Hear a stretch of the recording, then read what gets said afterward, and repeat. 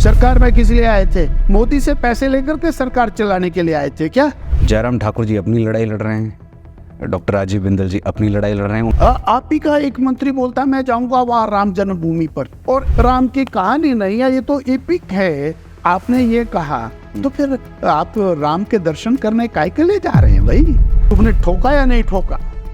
जरा मेरे को प्रूफ दो कि कैसे ठोका।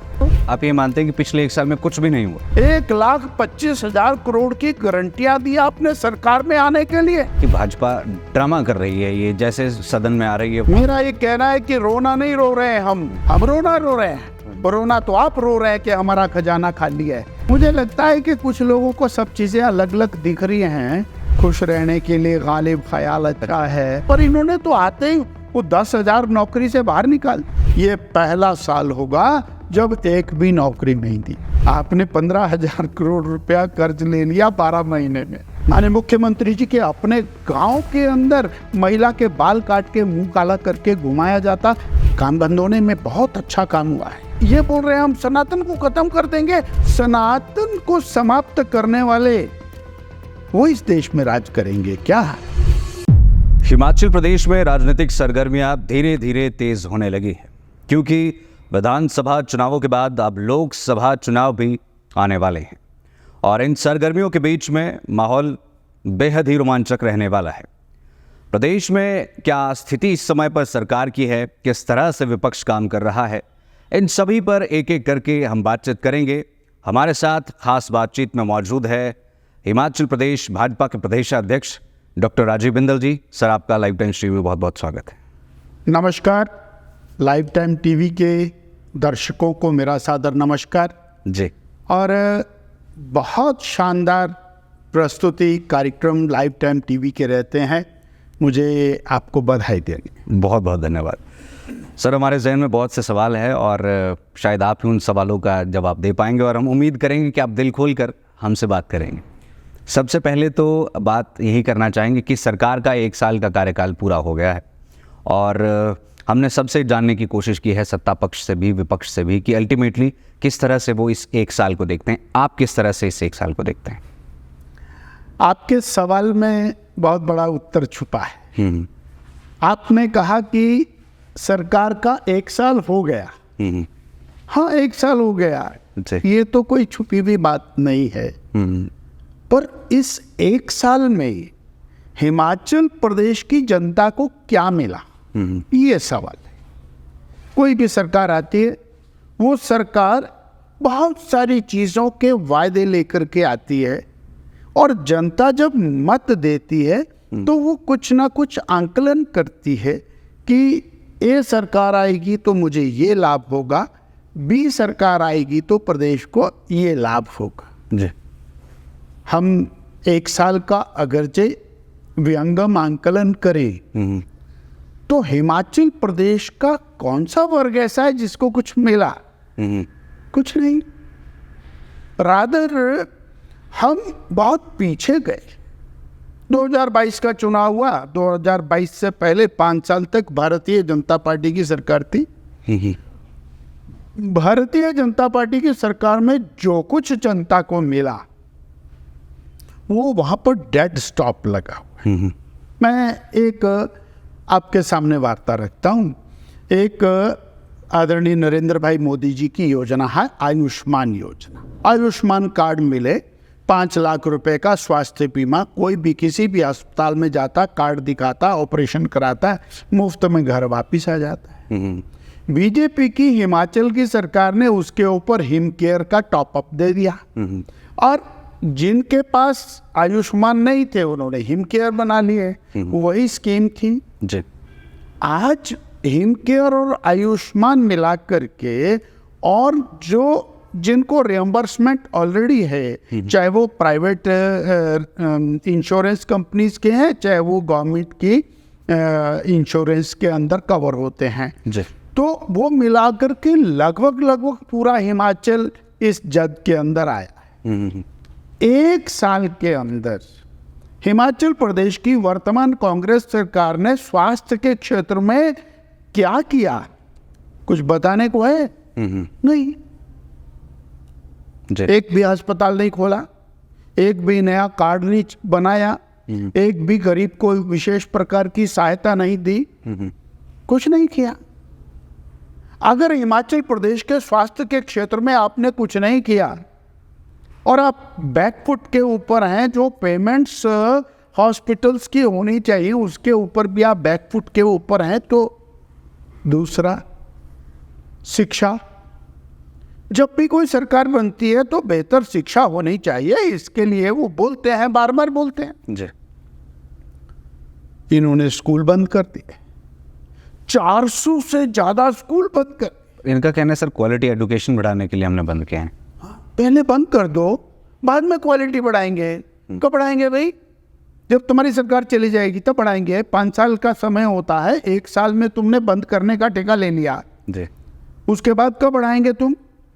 एक भी अध्यापक आपने नहीं रखा, पिछले 1 साल में एक भी अध्यापक प्राध्यापक नहीं रखा, आप क्या क्वालिटी बढ़ाएंगे?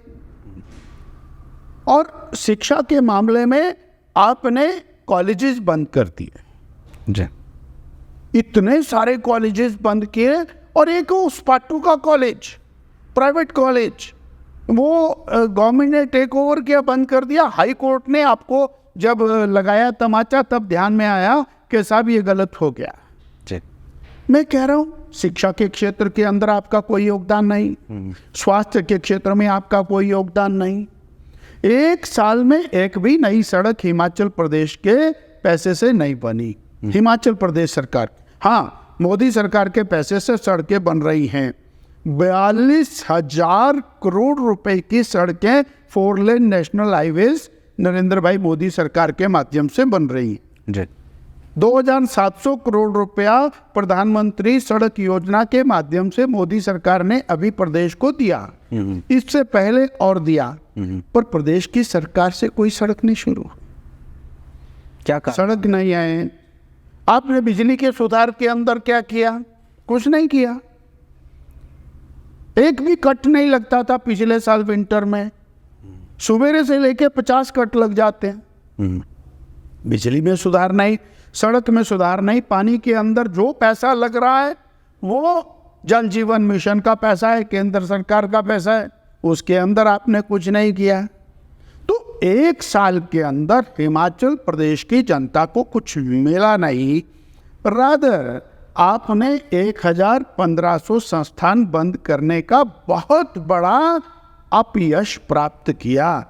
आपने प्राइमरी हेल्थ सेंटर चले हुए थे वो बंद कर दिए, CHC बंद कर दिए, पटवार सर्कल बंद कर दिए, नायब तहसीलदार उनके ऑफिस बंद कर दिए, तहसीलदार के ऑफिस बंद कर दिए, चले हुए SDM के दफ्तर बंद कर दिए, एक्सचेंज के दफ्तर बंद कर दिए, IPH के, PWD के, बिजली के दफ्तर बंद कर दिए। आपने बड़ा काम कर, व्यवस्था परिवर्तन की बात कह रहे हैं सर। हाँ, यही व्यवस्था परिवर्तन है। तो this is not needed for the public.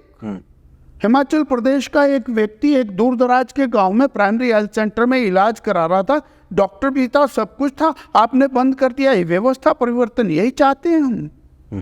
नहीं, सच में हिमाचल प्रदेश की जनता के साथ आपने अन्याय किया, धोखा किया। सर आपने कहा कि हम और जयराम ठाकुर तो 125 यूनिट बिजली देता है मुफ्त में, वो तो कुछ नहीं है भाई, हम तो 300 यूनिट देंगे। 20 लाख उपभोक्ता वो इंतजार करता रह गया, 1.25 साल हो गया, साल हो गया, अभी तक वो बिजली कहीं नहीं नजर आई, ना बिजली 125 यूनिट नजर आई, ना वो 300 यूनिट नजर आई। आपने बड़ी बड़ी गारंटियां की, गारंटियां, चिंता की बात है। आपने ठोक बजा करके बोला एक घर में 1 महिला है 1500, 2 महिलाएं 3000, 3 महिलाएं 4500, 4 महिलाएं 6000, सबको मिलेगा, 18 से 60 साल मिलेगा। हिसाब लगाया 22.5 लाख बहनें बनती हैं, 22.5 लाख बहनें 1500 रुपये महीना इंतजार कर रही, और फिर ये बोला पहली कैबिनेट में देंगे। आज क्यों बदल रहे हो भाई अपनी बात को? बोले धीरे धीरे देंगे, धीरे स्टेप वाइज देंगे। अब चरणबद्ध कहाँ से आगे, अब तो चरण दिखाई दे रहे हैं, उस समय तो केवल आपके मुख दिखाई दे रहा था जिससे आप धनाधन बोल रहे थे। आपने भी रिकॉर्डिंग रखी होगी, हमारे पास है, नहीं तो हम आपको सप्लाई कर देंगे। माननीय मुख्यमंत्री जी की, उप मुख्यमंत्री जी की, इनके विधायकों की, इनके दिल्ली से जो नेता आए उनकी, वो जो मुख्यमंत्री जो खुद भी चुनाव हार गए उनकी, सब ने बोला, बघेल साहब ने बोला, बस पहली कैबिनेट। हमें पता क्या लगा, हमने सोचा कोई इनके पास जादू का पटारा है जो पहली कैबिनेट के अंदर 22 लाख पेंशन निकलेगी 500 रुपए की, 1 लाख सरकारी नौकरियां निकलेंगी उसके अंदर, 20 लाख बिजली उपभोक्ताओं को 300 रुपए निकलेगा। हमने सोचा पता नहीं क्या क्या निकलेगा, पर वो निकला कुछ भी नहीं। लेकिन सर जो सबसे बड़ी गारंटी इनकी ओपीएस की थी वो तो पहली कैबिनेट में इन्होंने दे दी, और उसी ने शायद। मेरा एक और कहना है जी कि जो व्यक्ति 2004 में नौकरी में लगा जी, उसकी रिटायरमेंट कब होगी? कम से कम 25 साल तो नौकरी करेगा। जी 2029 में रिटायर होगा, जी 2030 में, 31 में, 32 में, 33 में। उसकी जिम्मेवारी इस सरकार के ऊपर क्या है? वर्तमान सरकार के ऊपर कौन सी जिम्मेवारी है? वर्तमान सरकार में 500 रिटायर हो जाएंगे, 1000 रिटायर हो जाएंगे, 2000 रिटायर हो जाएंगे, इनका तो कुछ नहीं लगा। और इन्होंने क्या पूरा कर दिया? उसमें कुछ भी नहीं पूरा कर दिया। मेरा ये कहना है कि जो सामान्य समाज है, अगर तो मेरे प्रदेश की आबादी 80 लाख की है तो 78 लाख लोग इस सरकार की सेवाओं से वंचित हैं। यदि सर यहाँ पर सरकार की बात करें, सरकार का कहना है कि भाजपा गारंटियों का रोना रो रही है, हम कह रहे हैं कि हम एक एक करके। मेरा ये कहना है कि रोना नहीं रो रहे हैं हम इस सरकार को चेता रहे हैं और इस सरकार को याद करा रहे हैं कि आपने सड़कों पर जाकर, गलियों में जाकर के, घर घर में जाकर के आपने नौकरी के फार्म भरे, आपने 1500 रुपए के फार्म भरे। हम रोना रो रहे हैं, रोना तो आप रो रहे हैं कि हमारा खजाना खाली है। जब गारंटियां दी थी तब तुम्हारा खजाना भरा हुआ था। सरकार माननीय मुख्यमंत्री जी विधानसभा में थे और विधानसभा में इनके प्रश्न लगे हुए हैं। जब माननीय वीरभद्र सिंह जी हमारे प्रदेश के मुख्यमंत्री थे तब भी ये बोलते थे कि वीरभद्र जी ने कर्ज ले लिया, और उस समय भी प्रदेश की माली हालत ऐसी थी, आपने लाखों करोड़ रुपए की गारंटी दे दी। भाई साहब 4000 करोड़ रुपया पर एनम महिलाओं की गारंटी का बनता है। ठीक, दूध की गारंटी का 5000 रुपए एनम बनता है, गोबर की गारंटी का 2000 रुपए एनम बनता है, कर्मचारी 1 लाख सरकारी नौकरी उसका 20,000 करोड़ रुपया पर एनम बनता है। आपने 50,000 करोड़ रुपया प्रति 25,000 करोड़ रुपया प्रति वर्ष की गारंटियां दे दी। 1,25,000 करोड़ की गारंटियां दी आपने सरकार में आने के लिए। यानी कहीं तो कुछ रियायत की होती। सीएम सुखू से हमने सीधा प्रश्न पूछा था, उन्होंने कहा था कि भाजपा ड्रामा कर रही है, ये जैसे सदन में आ रही है वहां अगर जब 20 लाख बहनों को आपने उनका अधिकार नहीं दिया, हमको अधिकार है उनके लिए बोलने का। अगर आपने 1 लाख बेरोजगारों को पहले दिन नौकरी देने का वायदा किया, वायदा नहीं की, गारंटियां किया, गारंटियां नहीं की, आपने हिमाचल प्रदेश की कोई दीवार ऐसी नहीं छोड़ी जिसको सफेद छोड़ा हो, हर दीवार के ऊपर आपने छाप दिया 1 लाख नौकरियां पहली उसके अंदर। और श्रीमती गांधी वो यहाँ पर आई, उन्होंने कहा 70,000 वेकेंट पोस्ट हैं, 30,000 क्रिएट करेंगे और 1 लाख नौकरियां पहले दिन देंगे। और मज़ेदार बात है, आपने 1 साल का जश्न मनाया, उस जश्न के लिए आपने और बहन जी को दिल्ली से बुलाया, पर बहन जी आपके जश्न में नहीं गई। क्यों नहीं गई? शिमला थी ना, धर्मशाला क्यों नहीं गए? उनको लगा कि जनता सवाल पूछेगी वहाँ। आपने बोला था, बड़े बड़े वायदे किए थे, किसके जाकर के बोलेंगे? इसलिए हमें वही बात कहनी चाहिए। हम हिमाचल के हैं, हिमाचल की जनता के साथ हम इतना बड़ा झूठ बोलेंगे सिर्फ सत्ता प्राप्ति के लिए, और आज भी वही झूठ चल रहा है। जी सर, यदि हम सीएम सुक्खू की बात करें, जब हमने उनसे प्रश्न पूछा इसी रिगार्ड में कि ये पूरा सिनेरियो है, तो उस पर उन्होंने कहा कि भाजपा आपस में दो फाड़ है। जयराम ठाकुर जी अपनी लड़ाई लड़ रहे हैं, डॉक्टर राजीव बिंदल जी अपनी लड़ाई लड़ रहे हैं। उन्होंने इन बातों का जिक्र किया, इसलिए मैं आपके साथ ये जिक्र कर रहा हूँ कि पहले बिंदल जी को जो है वो सरकार से बाहर का रास्ता दिखाया, फिर अब दोनों जो है वो आपस में अपने वर्चस्व की लड़ाई लड़ रहे हैं, चाहे वो बाहर आक्रोश या सदन में अंदर मुझे इस तरह से है। एक चीज़ लगती है जी कि जो उनके साथ वहाँ घट रहा है ना, वो हमारे साथ सोच रहे हैं। जो माननीय मुख्यमंत्री जी ने एक अलग से दड़ा चल रहा है, दोस्तों मित्रों की सरकार, वो सारे कैबिनेट रैंक के बन गए, तो जो दूसरा दड़ा है वो बेचारा परेशान। यहाँ केवल और केवल भारतीय जनता पार्टी नरेंद्र मोदी की और वर्चस्व की लड़ाई है। यहाँ पर 2024 के अंदर चारों सीटें जीत करके माननीय नरेंद्र भाई मोदी को तीसरी बार देश का प्रधानमंत्री बनाने की लड़ाई। यहाँ हिमाचल प्रदेश की जनता को जो कांग्रेस धोखा देकर के सत्ता में आई है, उसको और जनता को एहसास कराते हुए सरकार से उनका हक दिलाने की लड़ाई है। अरे हम तो ये कह रहे हैं कि जयराम ठाकुर ने जो बेहतरीन काम किए आपने वो बंद करा दी,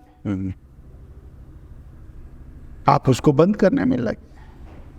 मतलब कोई मनमुटाव नहीं है भारतीय जनता पार्टी। अरे भाई मनमुटाव दो तीन ऐसी जगहें दिख रही है, चाहे विधानसभा सेशन की भी बात करें, वहाँ पर सत्ती जी भी थोड़े अलग से दिखे और जयराम ठाकुर जी। मुझे लगता है कि कुछ लोगों को सब चीज़ें अलग अलग दिख रही हैं और उनको क्या कहते हैं, खुश रहने के लिए गालिब ख्याल अच्छा है, तो वो खुश रहें, अपने अंदर मस्त रहें, परंतु भारतीय जनता पार्टी एक सिरे से केवल और केवल कमल के फूल के लिए और डटी हुई है मैदान में।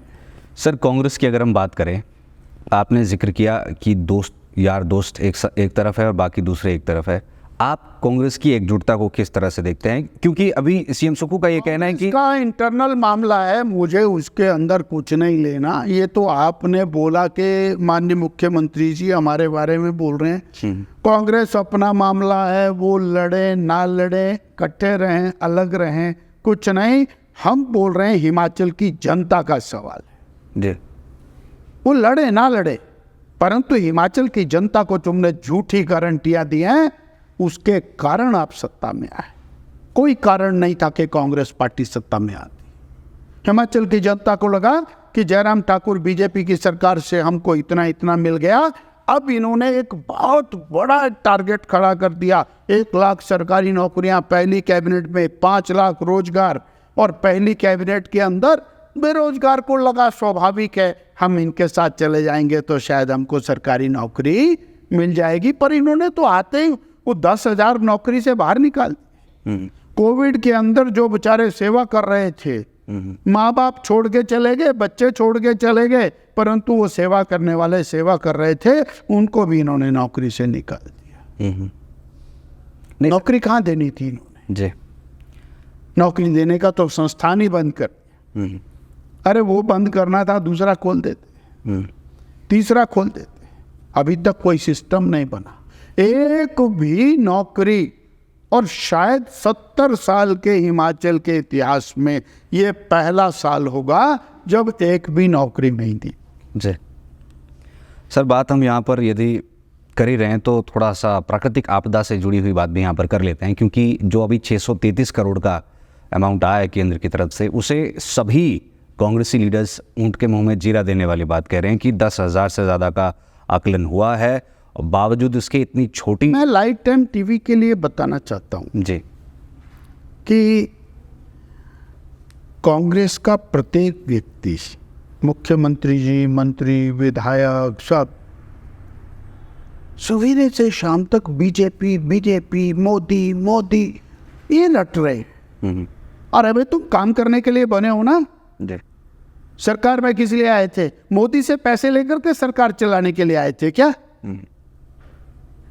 आपदा के समय के ऊपर सबसे पहले भारतीय जनता पार्टी वहां जाकर के खड़ी हुई।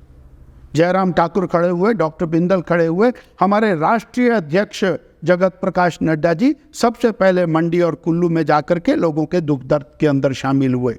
ये बोलते हैं सबसे पहला पैसा 180 करोड़ रुपया माननीय जेपी नड्डा जी ने रिलीज करवाया। उसके बाद दूसरे विजिट के अंदर फिर 180 करोड़ रुपया रिलीज करवाया। फिर उसके बाद 200 करोड़ रुपया शिमला आने के ऊपर रिलीज करवाया। फिर 633 करोड़ रुपया अब अगली चौथी बार जब आए तब फिर रिलीज करवाया। और सड़कों के लिए जो पूरे देश को नहीं मिला वो आपको मिला, हिमाचल प्रदेश को मिला, क्योंकि भारतीय जनता पार्टी हिमाचल को अपना मान करके चलती है। इसीलिए सड़कों के लिए 2700 करोड़ रुपया और विशेष रूप से मिला। 11,000 मकान केवल और केवल प्रधानमंत्री आवास योजना के हिमाचल प्रदेश को मिले और एनडीआरएफ, एसडीआरएफ और बाकी सारा कुछ मिला। मैं तो उल्टा उनसे सवाल करता हूं, प्रदेश की सरकार का एक भी पैसा आपने आपदा राहत में लगाया क्या? प्रदेश की सरकार का एक भी पैसा नहीं लगाया। आप जिस पैकेज की बात करते हो उसके अंदर 1,000 करोड़ रुपया तो मनरेगा का है, 1450 करोड़ रुपया ये जो मैंने गिना इसका है। 180, 180, 360, 360 और 200, 560, 500 और 600, 1160, 1193 करोड़ रुपया तो ये सामने गिरा। 400 करोड़ रुपया नितिन गडकरी जी सड़कों की रिपेयर का देंगे, 1600 करोड़ रुपया और 1,000 करोड़ रुपया मनरेगा का, ठीक, 2600 करोड़ रुपया। उसके बाद 2700 करोड़ रुपया प्रधानमंत्री सड़क योजना का। तो आपका पैकेज कहाँ है? आप केवल जनता की आंख में धूल झोंकने की काम कर रहे हैं। आपने कहा कि जी और पिछली सरकार ने बड़ा भारी कर्ज ले लिया, कहा आपने, जोर जोर से कहा, व्हाइट पेपर लेकर के आए। आपने 15,000 करोड़ रुपया कर्ज ले लिया 12 महीने में। 15,000 करोड़ रुपया, 1,1250 करोड़ रुपया पर मंथ की एवरेज के साथ आप लोन ले रहे हैं। अगर ये सरकार 5 साल चली तो 75,000 करोड़ तो यही ले लेंगे कर्ज। आपकी 70,000 करोड़ की बात करते हैं, जिसमें 50,000 करोड़ आपकी कांग्रेस की माननीय स्वर्गीय श्री वीरभद्र सिंह सरकार का है। यानी केवल और केवल जनता को दिग्भ्रमित करना और जनता को देने के लिए कुछ भी नहीं। मैं एक सवाल करता हूं, क्या हालत है कानून व्यवस्था की? चंबा के अंदर नृशंस हत्या होती है उस बालक की, आपने क्या किया? किसको दंडित किया? एक भी मैसेज ऐसा सर्कुलेट नहीं हुआ सरकार की तरफ से कि उसके 8 टुकड़े करके आपने नाले में डाल दिए और समाज में भय व्याप्त नहीं हुआ। उसका परिणाम क्या हुआ? वही बद्दी में डबल मर्डर होता है, गोलियां लेकर के दनादन फायरिंग होती है, पुलिस थाने के सामने फायरिंग होती है, 2 बंदों को उठा करके ले जाते हैं और वहीं पर उनकी और किलिंग हो जाती है फायरिंग के साथ। भय नाम की चीज नहीं। माने मुख्यमंत्री जी के अपने गांव के अंदर महिला के बाल काट के मुंह काला करके घुमाया जाता। आप बोले मणिपुर मणिपुर, यहां तो मणिपुर तो हमीरपुर में बना। हमीरपुर के अंदर एनआईटी का छात्र किस तरह उसकी जीवन की ही लीला समाप्त होती है और कितना बड़ा ड्रग्स का जखीरा वहां पकड़ा जाता है। गवर्नमेंट के अपने आंकड़ों के अनुसार 1750 एनडीपीएस के मामले वो रजिस्टर। यानी ड्रग्स एक बढ़ता हुआ और व्यवसाय। किसको भय है? 70 से ज्यादा मर्डर, 350 से ज्यादा रेप और किस प्रकार मॉलेस्टेशन, कहाँ खड़े हैं? हमने 1 साल के अंदर यही दिया क्या हिमाचल की जनता को?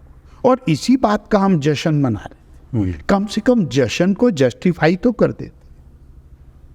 अपनी सुप्रीमेसी दिखाने के लिए आप जश्न मना रहे, जस्टिफाई तो करते। और फिर लोगों में उत्साह नहीं था, इसलिए लोग गए भी नहीं वहां। मुझे अच्छे से ध्यान है, नाहन के अंदर जितनी बसें लगी थी, किसी में 10 आदमी, किसी में 5 आदमी, किसी में 15, बस उत्साह नहीं था। क्यों? क्योंकि लोगों को दिख रहा है कुछ मिला नहीं। आप ये मानते हैं कि चले हुए काम थे वो बंद हो। आप ये मानते हैं कि पिछले 1 साल में कुछ भी नहीं हुआ? कुछ भी नहीं। हाँ, बहुत कुछ हुआ। संस्थान बंद हुए, जहाँ सड़कों का काम चला था वो बंद हुआ। मेडिकल कॉलेज की कंस्ट्रक्शन चली हुई थी नाहन में तेज गति से, वो बंद हो गई।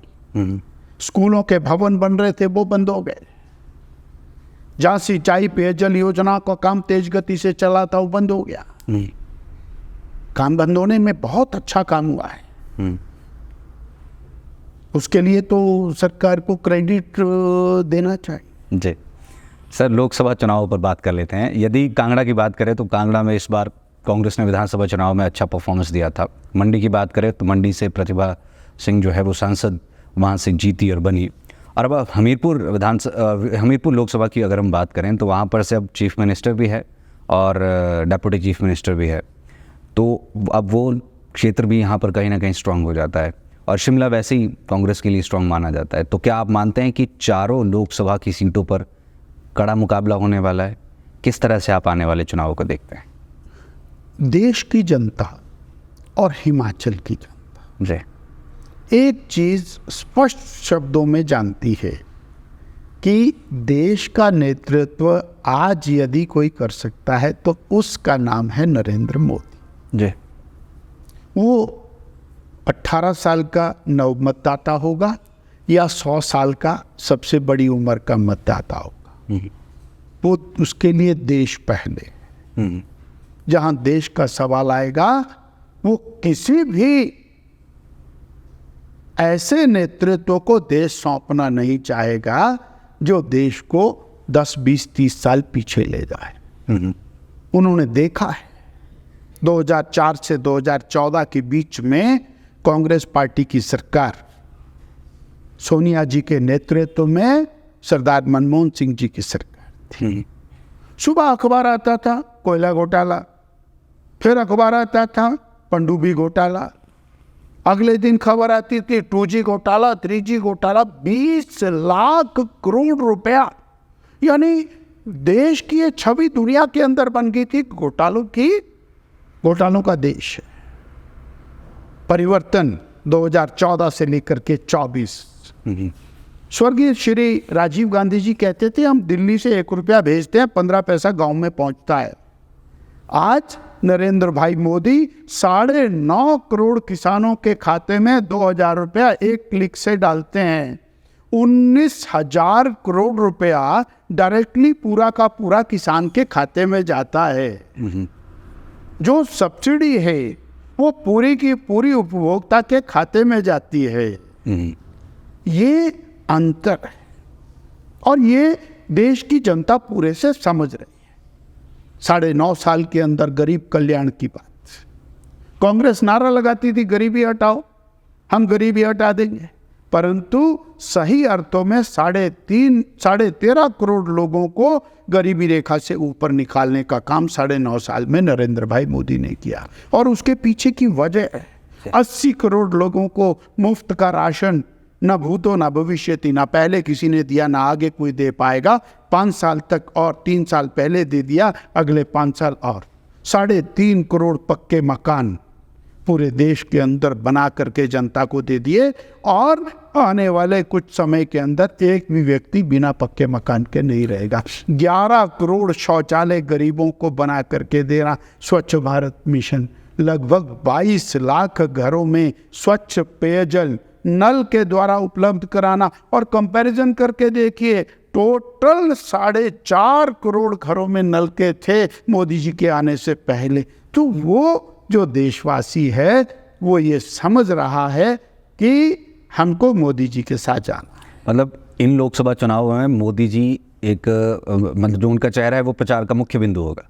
मोदी मोदी यही है और कोई नहीं है। ये क्या इंडी गठबंधन हिमाचल प्रदेश से सनातन को खत्म करने आएंगे क्या? हैं? बोले सनातन को खत्म कर देंगे। आओ, आप ही का एक मंत्री बोलता है मैं जाऊंगा वहां राम जन्मभूमि पर जी, उसको कैसे देखते हैं? उसको मैं कह रहा हूं कि वो ये बोल रहे हैं हम सनातन को खत्म कर देंगे और एक को भेज रखा भाई तू भी जा जरा राम राम करता रहे।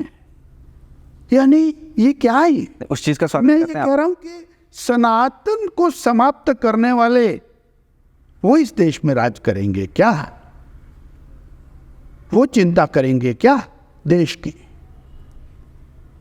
और किस तरह से पूरे देश के अंदर बोले जी हम इंडी गठबंधन है। किस चीज का गठबंधन है भाई? आपकी विचार एक नहीं है, कश्मीर के बारे में आपका एक विचार नहीं है, देश के बारे में एक विचार नहीं है। आपका एक नेता इंग्लैंड में जाके भारत की बुराई करता है, अमेरिका में जाके भारत की बुराई करता है। जब भारत की सेना पाकिस्तान को ठोकती है तो वो सवाल पूछता है भारत की सेना से तुमने ठोका या नहीं ठोका, जरा मेरे को प्रूफ दो कि कैसे ठोका। वो देश का नेतृत्व करेंगे क्या? हमारी सेनाएं, हमारे जांबाज अपने जीवन को दांव पर लगा करके राष्ट्र की देश की रक्षा करते हैं, उनके ऊपर ये सवाल खड़ा करते हैं। आज देश देख रहा है कैसे पत्थर मारने वाले आज तिरंगा लेकर के हाथ में चलते हैं। वो परिवर्तन देश देख रहा है। धारा 370 हटी, इन्होंने ही कहा था जो आज इंडी गठबंधन वाले हैं, बोलते थे कत्लेआम हो जाएगा, खून बह जाएगा।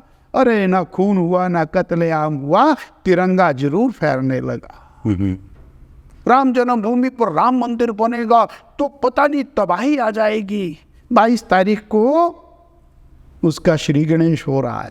नहीं, तबाही नहीं आने वाली। इसमें मैं ये पूछना चाहूंगा, आपने जिक्र किया मंत्री का, तो उन्होंने जो कहा है इस चीज का आप स्वागत करते हैं? ये योजना है, ओके, ये प्लान है, ये दिल में नहीं है।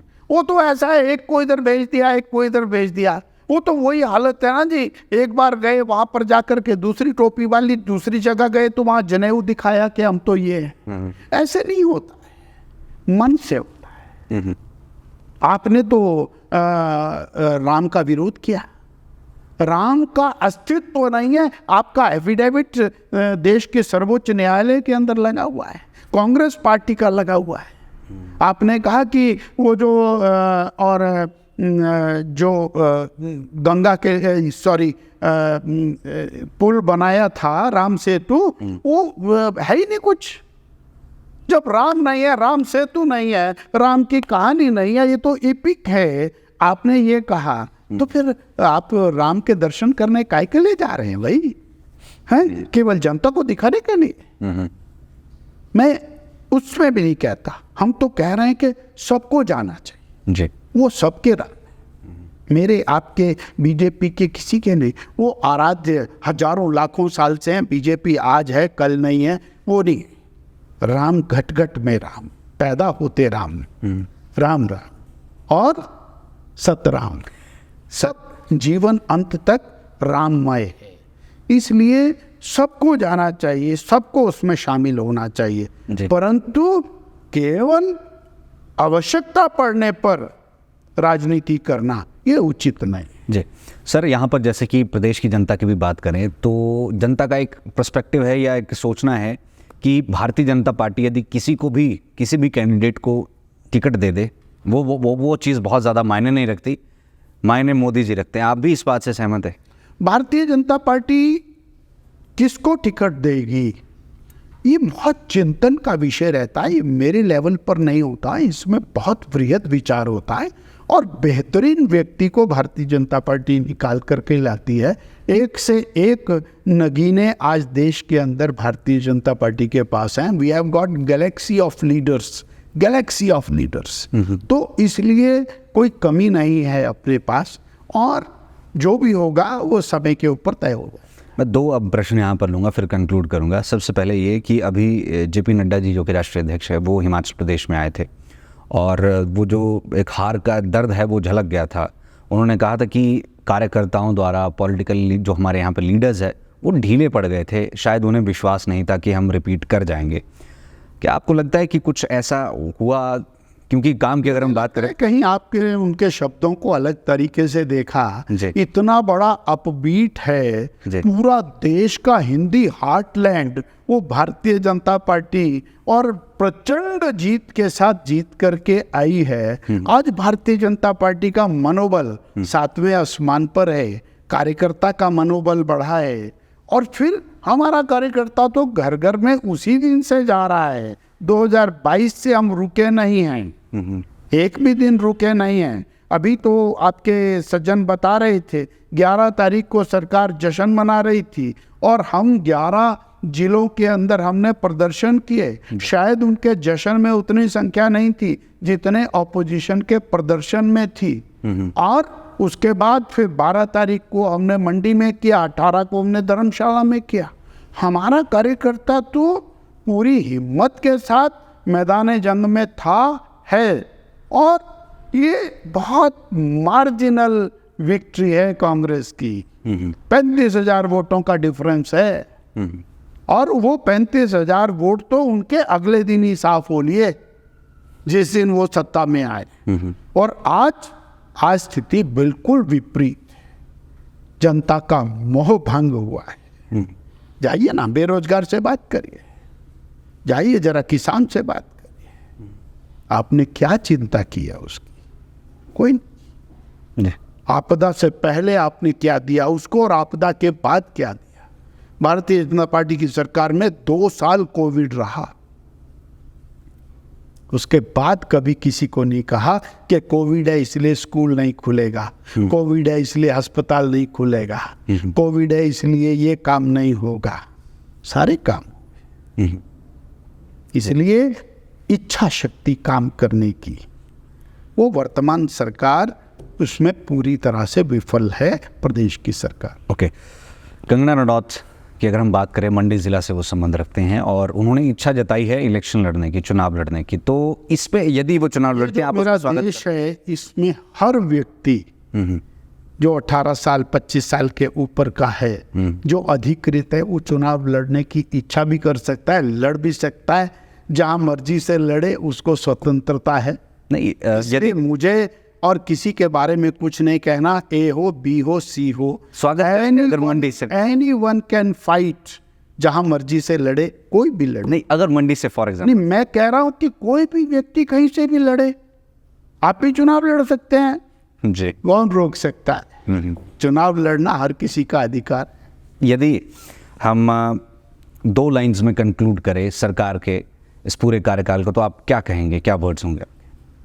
जनता ने 2022 के चुनाव के अंदर एक विशिष्ट प्रकार के माहौल के अंदर वोट डाला, जब इन्होंने महिलाओं को, युवाओं को, किसानों को, बेरोजगारों को और अलग प्रकार से और कर्मचारियों को आकर्षित करने के लिए कुछ झूठी गारंटियां फेंकी और उसका प्रभाव स्पष्ट रूप से परिणाम पर झलकता है। परंतु चुनाव के बाद का जो 1 साल है वो उन आशाओं, अपेक्षाओं, गारंटियों के ऊपर खरा नहीं उतरा है। उसके कारण जनता में रोष व्याप्त है। तो ये थे हमारे साथ। शायद ही कोई ऐसा पद होगा जो इन्होंने ग्रहण नहीं किया होगा, चाहे मंत्री की बात करें, विधानसभा अध्यक्ष की बात करें, या फिर भारतीय जनता पार्टी प्रदेश अध्यक्ष की बात करें, विधायकी की बात करें। आज हमारे साथ यहाँ पर मौजूद थे भारतीय जनता पार्टी के प्रदेश अध्यक्ष डॉक्टर राजीव बिंदल जी। सर, आपने अपना कीमती समय हमारे साथ साझा किया, आपका बहुत बहुत धन्यवाद।